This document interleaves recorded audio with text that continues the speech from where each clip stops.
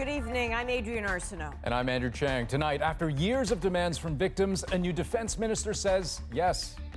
This is a really important step for, proper accountability. Why military sexual misconduct cases are moving under civilian control.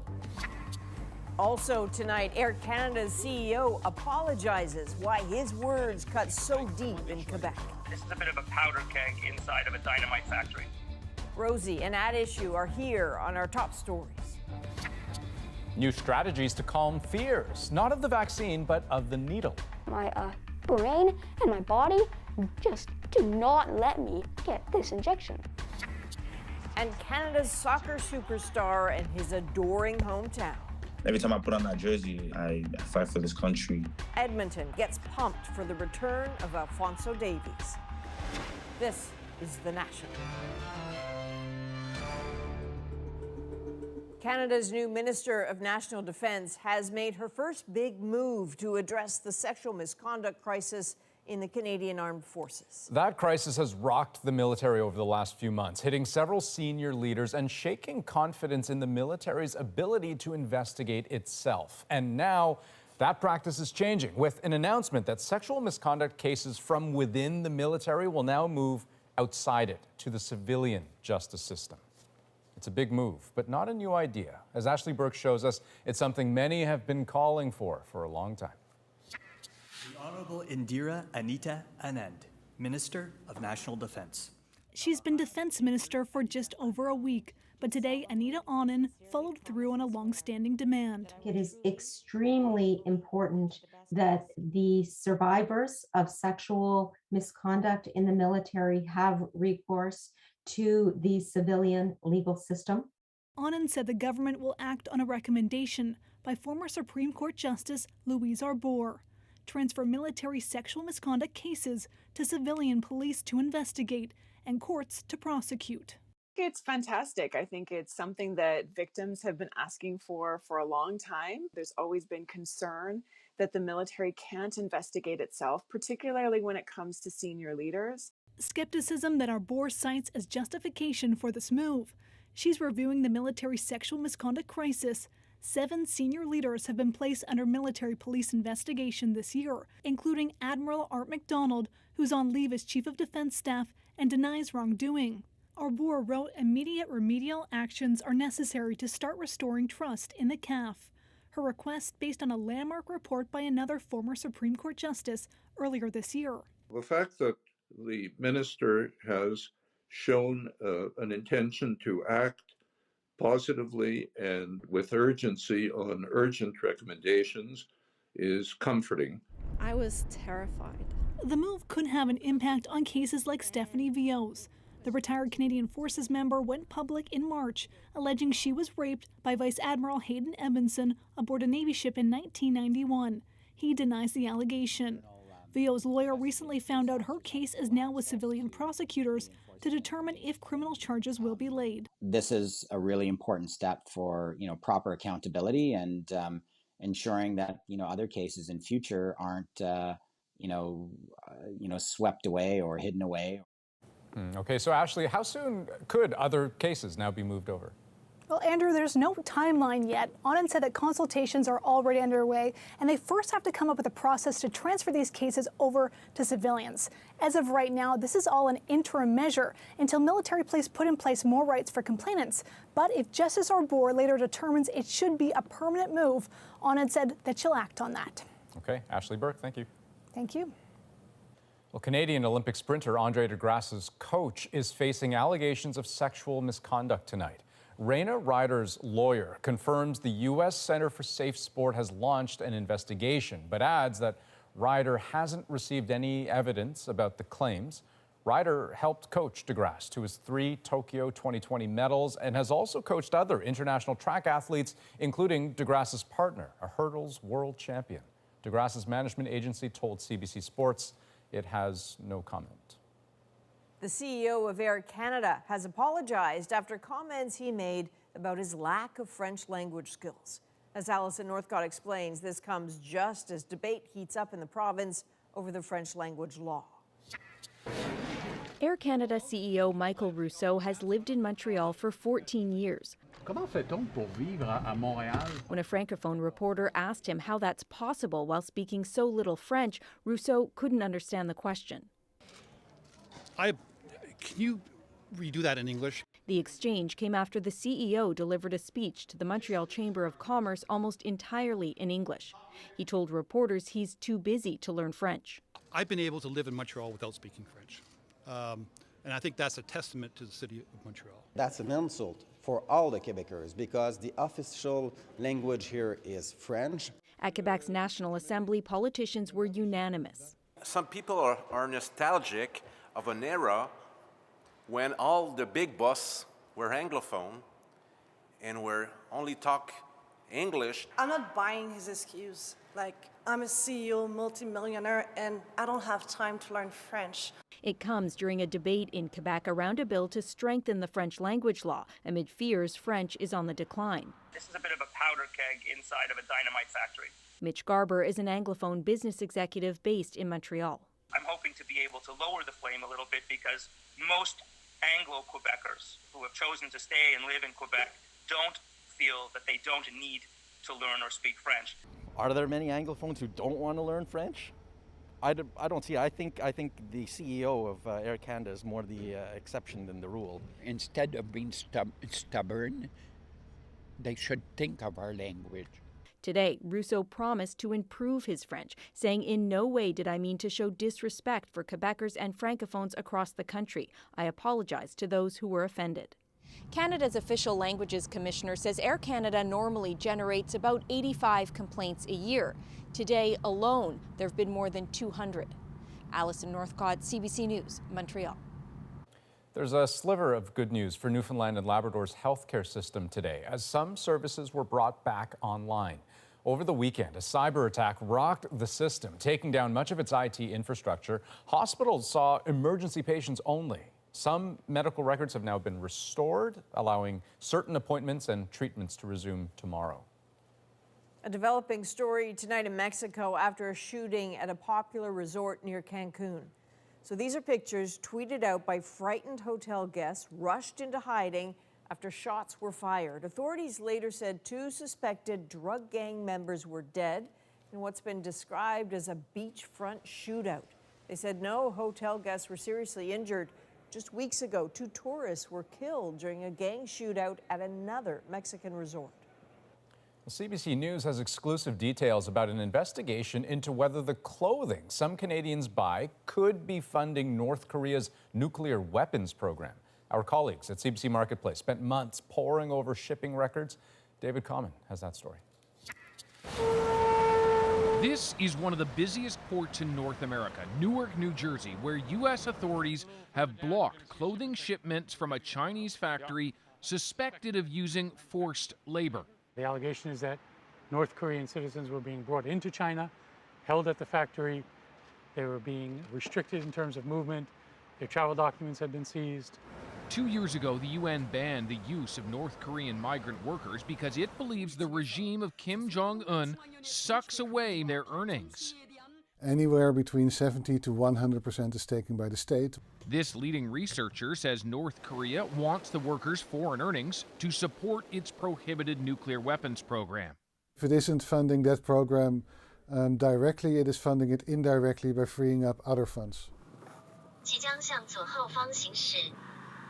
This is the suspect factory in China. Dozens of workers rubbing their hands and shoulders after hours of work. And our undercover team repeatedly hears that many workers here are North Korean. The Dandong region of China, where the factory is located just across from North Korea, has faced questions about forced labor before. A Chinese government probed North Koreans as obedient, who will work long hours at lower cost. This footage rare and dangerous to record, likely never seen outside China before. The factory itself denies anyone is North Korean. Canada's Reitmans has been buying a small fraction of their clothes from that factory for a decade. Reitmans tells Marketplace forced labor is banned from their supply chains, and their unannounced audits did not uncover any North Korean workers. But after serious concerns were raised last year, Reitmans says they stopped new orders from this factory.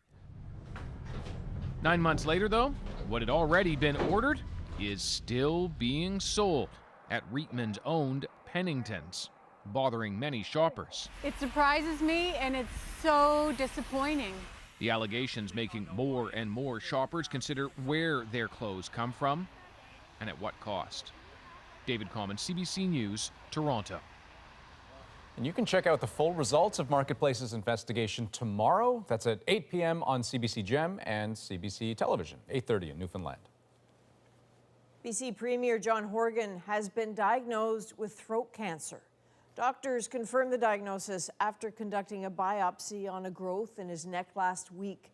In a statement, Horgan says his prognosis is good and he expects to make a full recovery. He adds he will continue to participate virtually in briefings, cabinet meetings, and other important meetings as he begins radiation treatment in the coming weeks. Well, the UK is now the world's first country to greenlight the use of molnupiravir. It's a COVID treatment jointly developed by U.S. pharma giants Merck and Ridgeback, and it's the first pill shown to effectively treat COVID-19. Today's approval in the UK, it is conditional. Patients must be 18 or older with mild or moderate COVID symptoms and must have at least one risk factor for developing a serious disease, such as diabetes or obesity. Here in this country, Health Canada is still reviewing the drug. There are all kinds of reasons some Canadians aren't getting vaccinated. One of them, fear of the jab itself, needle phobia. Lindsay Duncombe explains the strategies being used to help them get protected. It's more than just a little trepidation that keeps Paul Friedlander from getting fully vaccinated, more like terror. My brain and my body just do not let me get this injection. It took 3 visits to different clinics before the 12-year-old got his first dose of the COVID-19 vaccine, thanks to a nurse named Rosa Kay. She spent over an hour, I would say, with Paul, talking him through it, having creative approaches. But when it came to the second shot, Paul just ran away. And it wasn't a success, which was bad. Experts estimate that about a quarter of Canadians are scared of needles to some degree, but about 4% have a full-fledged phobia, and the number is likely higher in children. If you actually have a fear of needles, that can be the only reason that's preventing you from getting vaccinated. Researchers at the University of Toronto have developed a strategy to reduce fear-related hesitancy, and it's using videos like this to share the message. C is for comfort. Make sure you're comfortable when you get your vaccine. They call it the CARD system, standing for Comfort, Ask, Relax, Distract. It's the strategy the Centre for Addiction and Mental Health in Toronto uses at special clinics for needle-phobic patients, adults and children. The cubicles are private. There are toys as distractions, and the staff take extra time. These adaptations are fairly simple strategies, and I do think that a lot more effort can be made to just have them available in general clinics. That sounds a lot like how the nurse helped Paul get his first shot. His mom is trying to find her for the second dose. No luck yet. So what do you think? Do you think if we found Rosa, do you think maybe we'd have a chance? Or do you think a big chance? Yeah? He hasn't given up on overcoming his fear. Lindsay Duncombe, CBC News, Vancouver. Well, the Canadian Chamber of Commerce wants Ottawa to do away with PCR tests for travelers at the border. They say requiring a negative test on entering the country is expensive for families and bad for tourism.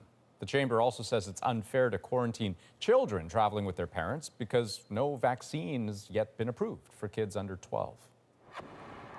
Nearly 800 workers with Toronto's Public School Board are on unpaid leave for refusing to reveal their vaccination status. And more than 1,000 said they have not gotten the shot. They have until November 19th to get their first dose. If they don't, they'll also be on unpaid leave as of the 21st. Healthcare spending in Canada is expected to surpass $300 billion in 2021.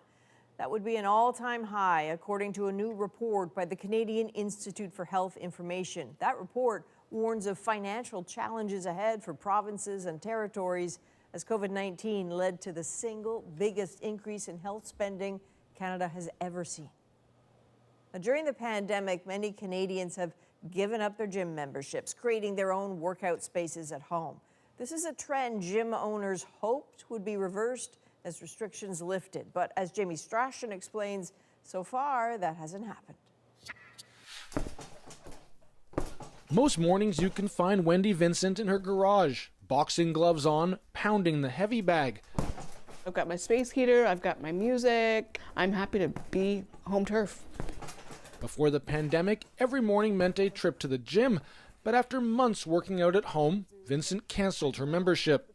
Just my comfort level and my peace of mind of not being in the gym amongst people who might not be distancing. This is just safer for me. I'm more comfortable. It's a familiar story. After nearly 2 years of closed doors, tight safety protocols, and capacity limits, gyms across the country are struggling to bring people back. Our industry has been decimated. Most clubs have lost 50 to 90% of their membership, and across Canada, over a third of fitness facilities have already permanently closed their doors. Peloton, come on, let's get this workout started.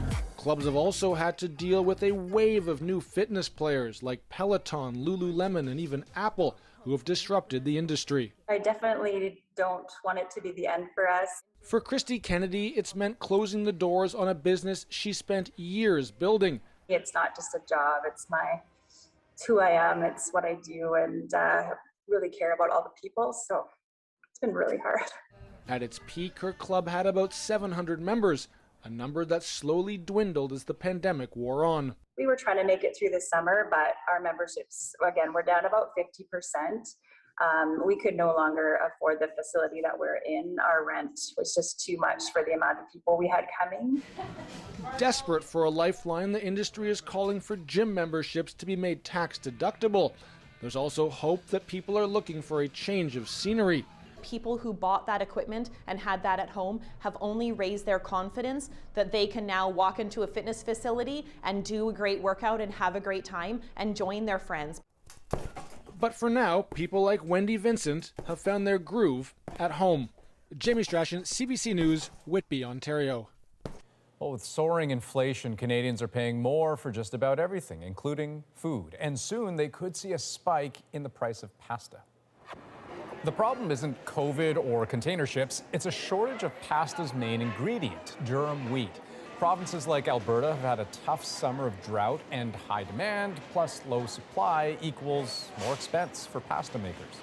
When it got up to over $20 a bushel, I mean, that's basically been unheard of in our industry. And of course, that's going to have a downstream effect. Now, so far, the price crunch hasn't hit the kind of mass-produced pasta you get at the supermarket, but for boutique suppliers and restaurants that make their own pasta fresh, it is a different story. At this point, we have no choice. When it's 20% and more, we're going to have to pass it on to our consumers. More unwelcome news when Canadians are already feeling stretched. Now let's turn to COP26 in Glasgow, Scotland. The host city once rose to economic prominence through power of coal. Today, it was the stage for global promises to end its use, though with some notable absentees. Carolyn Dunn explains. Nothing hazy about the message. The days of emission-spewing coal are numbered. I think we can say that the end of coal is in sight.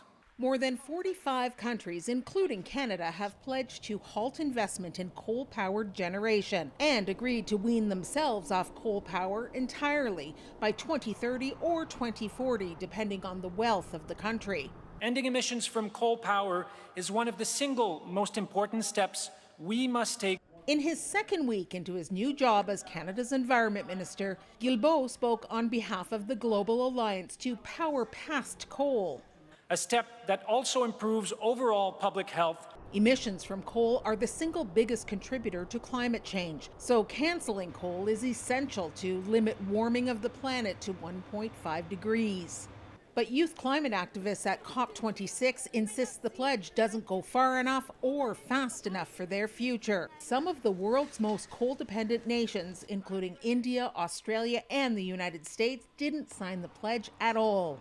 That, say activists, gives China, the world's largest emitter, the political cover it needs to keep increasing its coal use. China has 1,200 plants operating now. They have plans to build 150 more. And if there's a question of what can we do about climate right away, it's to not build any more coal plants. There are calls to cut some slack for countries with emerging economies and for wealthy nations like the US, UK, and Canada to do the lion's share of cutting emissions and funding a greener energy transition.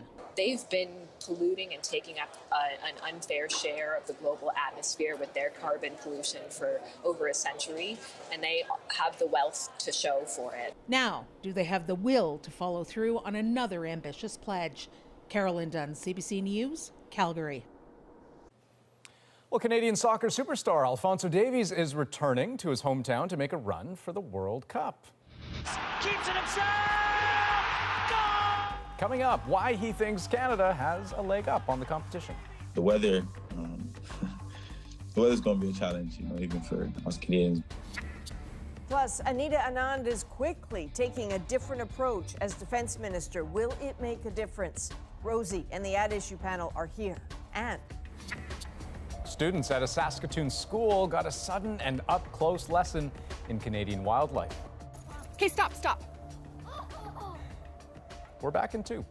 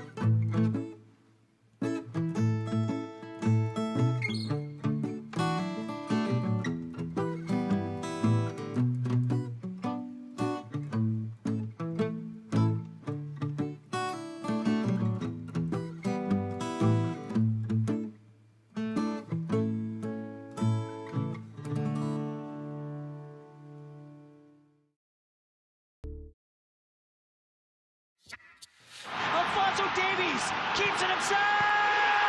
Goal! Alphonso Davies, are you kidding me? So good. Canadian soccer phenom Alphonso Davies with a brilliant goal in Canada's World Cup qualifier last month. A convincing 4-1 win. So that brought Canada even closer to qualifying for the World Cup. And Davies is a huge reason why. Next up, 2 games in his hometown. Paige Parson looks at the excitement already bubbling there. Davies runs 80 yards to pick the pocket of coming. Soccer sensation Alphonso Davies has been wowing the world. Now he's headed home to Edmonton. For me personally, it's like a homecoming game. Brilliant run by Davies. The 21-year-old plays for highly ranked Bayern Munich and is key to the Canada men's team's efforts to qualify for the World Cup for the first time since 1986. Every time I put on that jersey, I fight for this country. I do everything that I need to do for the team and to win games. 2 upcoming games in Edmonton are a chance to get closer to making it to Qatar in 2022. Close to 40,000 fans will fill the stands when he steps on the field against Costa Rica next week. Davies says the Canadians have a secret weapon. The weather, the weather's going to be a challenge, even for us Canadians, but for especially the Costa Ricans and the Mexicans. Davies isn't the only one prepared for the weather. We have some hand warmers, and we go from there. But I think the suffering, even it doesn't matter if it's minus 40, it's worth it, right? It's worth it to watch Canada play.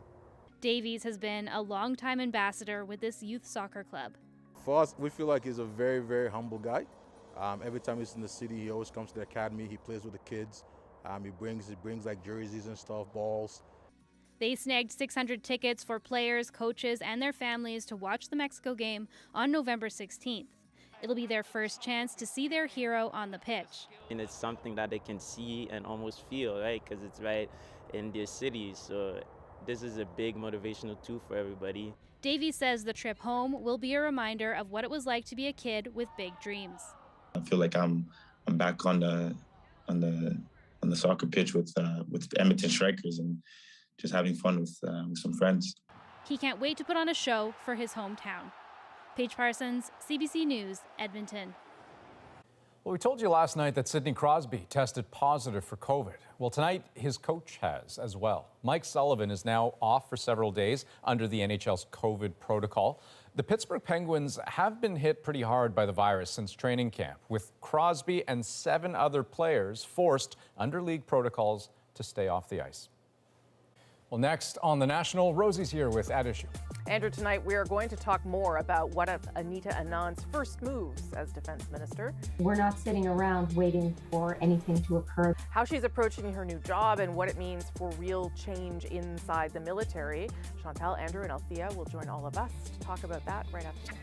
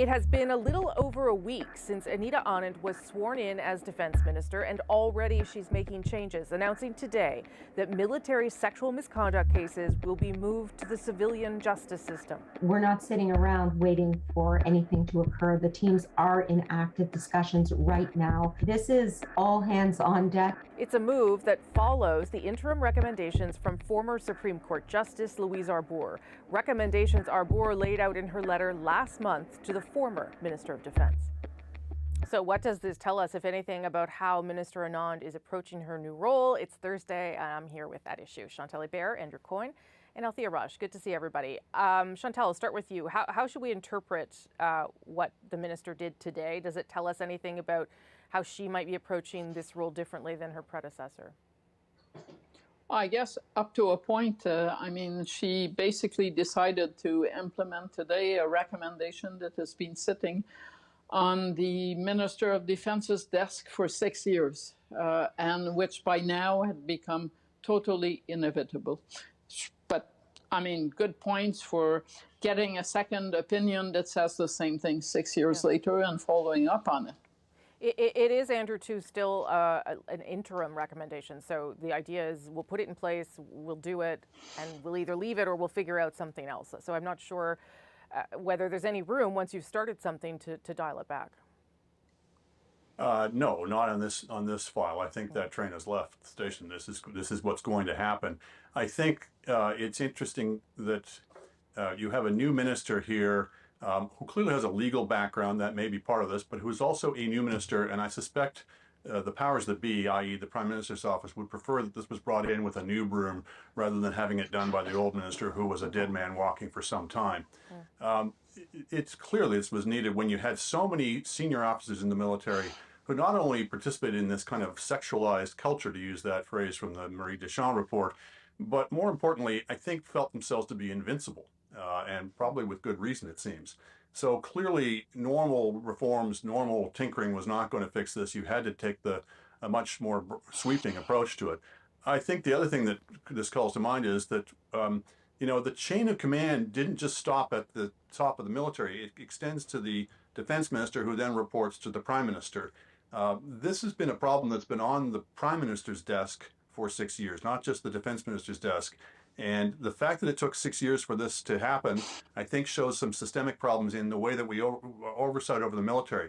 We need stronger legislative oversight. We can't just entrust it to the executive. Althea, what did you make of the move? Very quick off the mark for the minister. Well, a few things. The letter was written on October 20th. If the rumors that we were all hearing in Ottawa were true, then one suspects that the defense minister at the time, Harjit Sajjan, knew that he was on his way out. So, cabinet shuffle was just a few days later. It would have been in the government's interest to not have him act on that and to leave that for Anita Anand. So I think strategically, it is not that Anita Anand is suddenly more decisive than Harjit Sajjan. Like, we can't say that. If anything, I would say what this whole episode this week is showing us is actually that Louise Arbour is the woman to watch, because this recommendation, Chantal talked about it in the Deschamps report, but was also in the Justice Fish report. Oh, yeah. And when Minister Sajjan got that report earlier, on April 30th, when he responded to it, he ignored that recommendation. They worked on several other recommendations, but this one they did not include.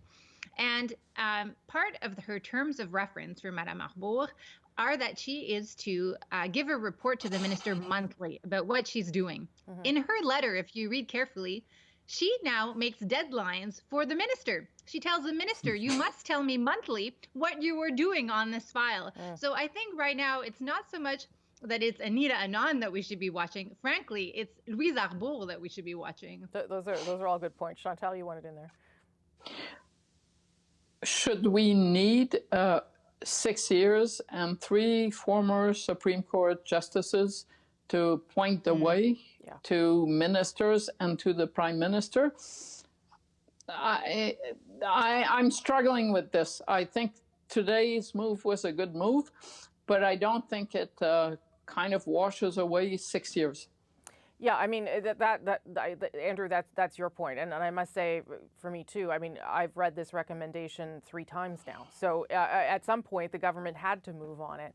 I'm not sure what has changed. Is it the public's willingness to live with this? Is it the sheer volume of complaints there have been? Why is it happening finally? I think that's part of it, the sheer volume. It reaches a critical mass. Look, there's a reason why militaries have a separate judicial system. There are crimes in the military that don't exist in the civilian power. I understand why there'd be some reluctance to make such a radical move. But at some point, when it's clear that you have institutional and cultural failings on such a scale, I don't think there's any alternative.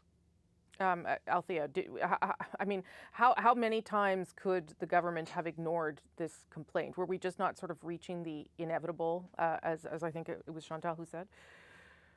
Well, I think in this case, we actually have to look at what Madame Morbourg is saying in her letter. What she's saying in her letter is that there is a crisis in terms of public perception, but also that the military itself is handicapped by its own rules. If senior leadership cannot know whether or not people are being investigated, they may make, as we have seen, hirings and promotions that are, if they had the full disclosure, they would not be making. And so in their own self-interest, not only in the interest of the victims, in the D&D's own interest, this is a recommendation that needs to be acted. I mean, she's very clear to say that, this is an interim recommendation. It doesn't mean that this will be included in her final report. She may decide to go the other way. We probably all think that she won't, but she's decided that in her investigation at this point, this needs to be done now. What would the military take? Oh, sorry, Andrew, go ahead. Yep. I just wanted to say one other lesson, it seems to me, to the extent that the minister was the issue rather than the prime minister, is I'm not sure it's a great idea to appoint a military person to defense minister. There was a lot of oohing and awing at the time of his appointment, but I think one of the problems that seems to have arisen is he was so steeped in that military culture and in all of the mores and lessons and histories there that perhaps was unable to really stand outside of it. Yeah, as we were talking about before, it's 6 years to the day when that first cabinet was appointed with Harjit Sajjan, and the language at the time was very different than it is now. Chantal? It also, the entire issue of dealing with this was not a part of the mandate letter that was given to that defense minister, and notwithstanding the fact that the report sat on the prime minister's desk and the prime minister was going around talking about parity and women's rights and being a feminist prime minister. But I don't think we should blame the fact that Harjit Sajjan was from the military. We have had scores of defense ministers who were not. And by and large, they have allowed the military to do whatever it is that the military does, including this. Okay, we're going to take a quick break right there. When we come back with another round of At Issue, we're going to look at some of the backlash that these comments are getting. I've been able to live in Montreal without speaking French. And I think that's a testament to the city of Montreal. The political response to those comments from the CEO of Air Canada's lack of French, that's coming up.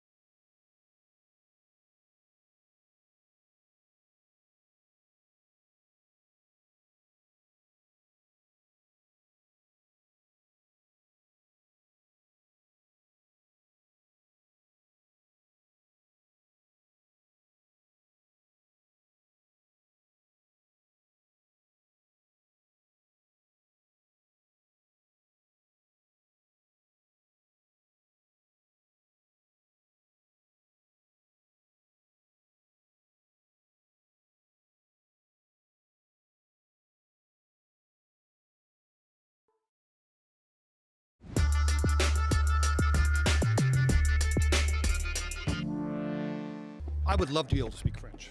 A lot of my family has a French background, but right now my priority is ensuring that Air Canada gets back to where they were. That was Air Canada's CEO, Michael Rousseau, or Rousseau probably as he would say it, answering questions on Wednesday about his lack of French. He's since faced significant political backlash, calls for him to resign even. Today he apologized and committed to improving his French. Chantal, Andrew, and Althea back for another round of this. All right, Chantal, you start us off here. In terms of what we should make of the political response to those kinds of comments. Well, it's pretty unanimous, and I think it reflects reality. It brings you back 50 years, if you're my age, to a time when bosses spoke English and workers waited for orders, French-speaking workers. This is Air Canada, a company that in my young days used to forbid its French-speaking workers, including pilots, to speak French to each other and didn't believe it was safe to speak French to land an airplane in Canada or elsewhere in the world where it was common practice. The winners from this round is the CAQ government and its language legislation, which now has more momentum to make Bill 101 tighter. Possibly the federal new Official Languages Act that treats French on a level different from English. Yeah. And the losers, and today they were vocal about being the losers of this, are English Quebecers who are not in any way, shape or form represented by the CEO of Air Canada and this I don't have time to waste on learning French issue. Yeah, and just to be clear, Mr. Rousseau didn't suddenly arrive in Montreal and was asked whether he's been living in Montreal. That is where he chooses to live, and I guess chooses to not learn French until today. Andrew, what did you make of the response? Well, that's part of what's so extraordinary about it. It'd be one thing if he was an American just in from Georgia, hadn't really familiarized himself with the culture of the place. But for a president who's from Canada, of a company of all companies, Air Canada, you know, with its long history in Montreal, it's really quite remarkable and clueless. I mean, I'm not a fan of hearing politicians lecturing private citizens on what language they can speak. But if you are the president of any large corporation, let alone Air Canada, part of your job is to be attuned to local culture, local ideas, local prerogatives, local imperatives. And if you can't figure out in 14 years of living in Quebec that it's going to be important that you at least make the effort to try to learn French. I mean, it's not so much that he didn't learn French, it's that he didn't seem to care about it. And it's not even so much that he didn't care about it, it's that he said he didn't care about it. That's a 3 times level of cluelessness that is really quite remarkable. Yeah, I mean, it is kind of surprising, Althea, that someone at that level in the business community living in Quebec would be, I guess, blissfully unaware of how those comments would be received in Quebec. That to me was the most shocking thing. Like, has he not read any newspaper or turned on the television? Like, these debates are not just happening in the French media, they're also happening in the English media when you're talking about Bill 101 or Bill 96 or the federal government's new language laws. That, to me, the comments about, like, well, isn't it a glorious thing that I've been living in Montreal for 14 years and I haven't had to learn French? Like, that is a testament to the city.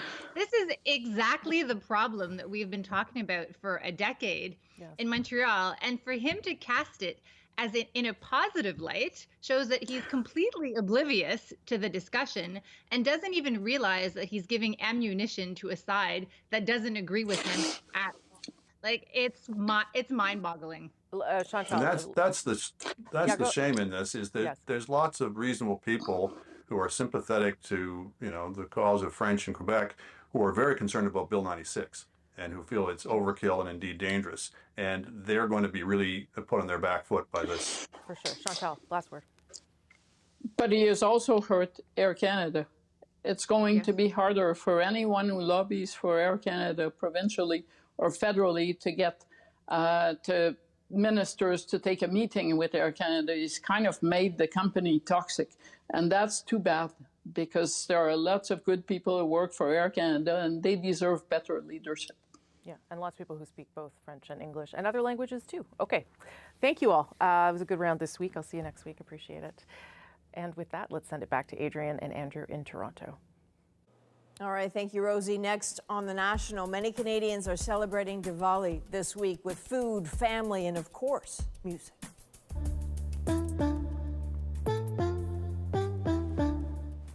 But has the pandemic dimmed the festivities for another year? Plus, learning and search for knowledge can never stop. Hey, she knows what she's talking about, and she's got proof. Stay with us.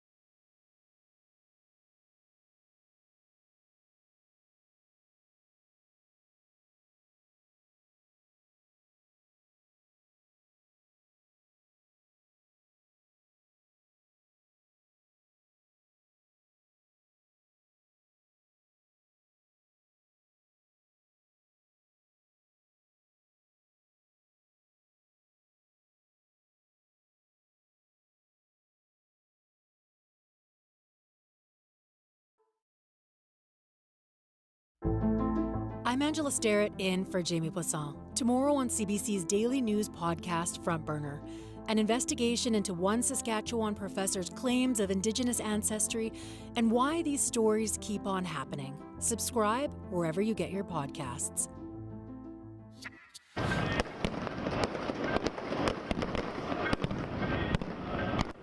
Diwali celebrations lighting up the skies over India. For South Asian families, it is one of the most important holidays of the year, a time for reflection and renewal. At India's borders, that meant soldiers, even those on opposing sides, coming together to exchange sweets. Now, for those marking Diwali in Canada, celebrations will be a little brighter this year with the return of some in-person events, along with some familiar COVID safeguards. Benit Brach shows us how. We're just going to put out the offerings now From Rangoli art, divas, sweets, and more, Diwali for this family is a vibrant celebration. But this year, they're spending it closer to home than usual. We're just keeping it a close family celebration because of COVID. Before the pandemic, the Bhatias always celebrated Diwali in India, where they organized charity efforts aimed at providing free cataract surgeries to those in need. We try to think of it as bringing literal light. For others, this year marks a return for more community connection. This year, people are excited. We do the full decorations on the temple and lighting and everything. Diwali has different histories and stories for Hindus, Sikhs, Jains, and some Buddhists. Each has different ways of celebrating. At this Sikh Gurdwara, right across the Hindu temple, community members are gathering to celebrate Diwali in their own respective ways. Just here, clay oil lamps known as divas or diyas are being lit. Tonight, this will be blanketed with candles, surrounded by people, a symbol of light over darkness, good over evil. Community gathering is always happy, you know. And safety is a priority. We are asking everybody to wear the mask when they come in. I think that we are still in the road to recovery from the pandemic, and we wanted to provide options to people to be able to celebrate Diwali in some form. These dance performances are also part of a virtual showcase. Back at the Bhatias, this year may not be the Diwali they're used to, but they're optimistic. Diwali has become something that's a celebration of light, of family, of hope, of gathering together. Something she soon hopes to celebrate again in India. Beneat Brach, CBC News, Surrey. It was a scary and pretty weird morning for kids and faculty at a Saskatoon school after a young female moose just crashed into class. Okay, stop. This lost soul was first seen trotting around the city, very Canadian moment, but her wander came to an abrupt end at a nearby school. She was running, and I think what would have eventually happened is she got cornered, and she had one of two directions to go, and unfortunately she chose to jump through the window. That's how you clear a classroom pretty quickly. Just one student suffered minor cuts and scratches. Everyone else got out safely. And the moose, well, she had some minor injuries, but with a little help, she emerged safely, may take her walks elsewhere. I'm pleased to report that the moose was successfully tranquilized. Once she was out of the city and in a safe location, we woke her up, and she's on her way now. Gosh, poor moose. Huh? After the break, we meet the Ontario grandmother breaking records at York University. Learning and search for knowledge can never stop. Her impressive academic career is our moment. Next.